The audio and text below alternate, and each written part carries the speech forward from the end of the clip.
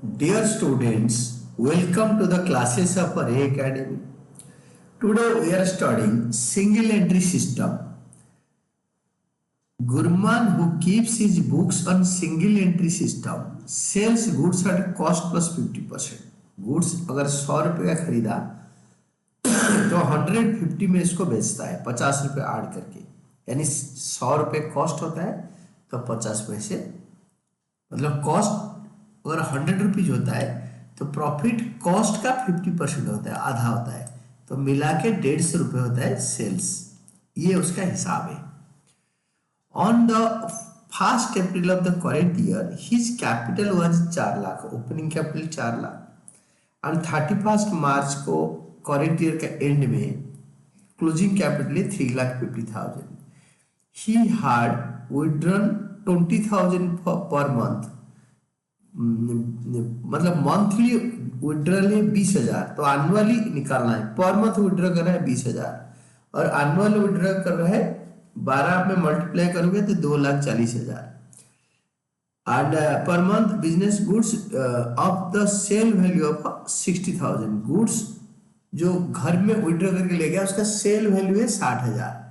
But जो जब owner goods ले जाता है ना, वो उसको कॉस्ट प्राइस में हमेशा रिकॉर्ड करते हैं, क्योंकि you being a businessman can not sell goods to yourself. अगर मैं अपने बिजनेस से गुड्स घर पे यूज करने के लिए ले जाऊंगा तो I have to take it at cost price. और वो जो विड्रॉल है 2,40,000 कैश विड्रॉल है, बट 60,000 जो है गुड्स ले गया उसको कॉस्ट प्लस 50% में ले गया 60,000 में, तो उसका कॉस्ट प्राइस निकाल के उसको ड्राइंग्स में ऐड करना होगा गुड्स विड्रॉल करके। तो how much did he earn in the current year, ये कितने अर्न करा, मतलब प्रॉफिट कितना नहीं निकाला। पहले गुड्स जो ले गया उसका कॉस्ट प्राइस निकालो। मैं आपको एक सस्ता तरीका बताऊंगा, उस सस्ते तरीके में आप अगर क्वेश्चन करोगे तो आपको मतलब समझोगे तो आपको हमेशा आपकी कोई गलती नहीं होगा, हमेशा आंसर करेक्ट आएगा। तो ये वाला बेसिक इक्वेशन आप स्टैंडर्ड 4 से पढ़ रहे हो, जब भी हम 4th क्लास में पढ़ते थे, sales is equal to cost plus profit. तो इसको इक्वेशन बना दो, sales is equal to cost plus profit को खोलो, प्रॉफिट इज कॉस्ट का 50%, तो लेट कॉस्ट भी x, एक कॉस्ट को ₹x ले लो। तो सेल्स दे रखा है, जो गुड्स विड्रॉ कर ले उसके वैल्यू के बारे में बात कर रहे हैं, that is given to be 60,000, cost को x लिया तो x का 50% हो गया प्रॉफिट।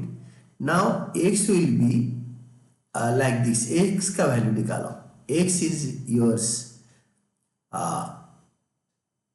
40,000, नॉर्मल x का वैल्यू, x क्या है ना, ड्राइंग्स, ये होता है cost, cost of goods withdraw. Selling price था 60,000, विड्रॉ कर लिया जो उसका कॉस्ट प्राइस है 40,000। Therefore, the amount of drawings is equal to 40,000. As the drawings by the owner can't be at a sales price but at a cost price. ये चीजें आपको exam में पेपर में लिखना पड़ेगा, और क्योंकि जब भी ओनर घर पे गुड्स ले जाता है it should be withdrawn at only cost price. Then next one is आपके आंसर फेयर नोट, ये फेयर नोट के अंदर ही जा रहा है। Closing capital is equal to वही formula, opening capital plus net profit plus additional capital minus drawings.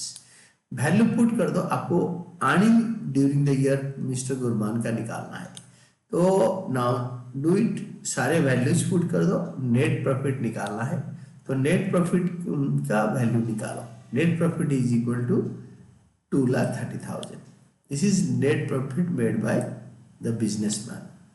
तो और आप ऐसे स्टेटमेंट फॉर्म में कर सकते हो, that is closing capital less opening capital less additional capital R drawings, तो आएगा नेट प्रॉफिट। यहाँ पे एडिशनल कैपिटल है नहीं, additional capital is not there in the question, ये वाला है नहीं, तो इसीलिए एडिशनल कैपिटल को यहाँ पे हमने लिया नहीं।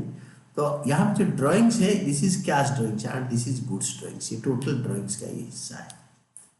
तो this is all about your answer, इसको अच्छी तरह समझो और करो, and this is all about your explanation. अच्छा क्वेश्चन है।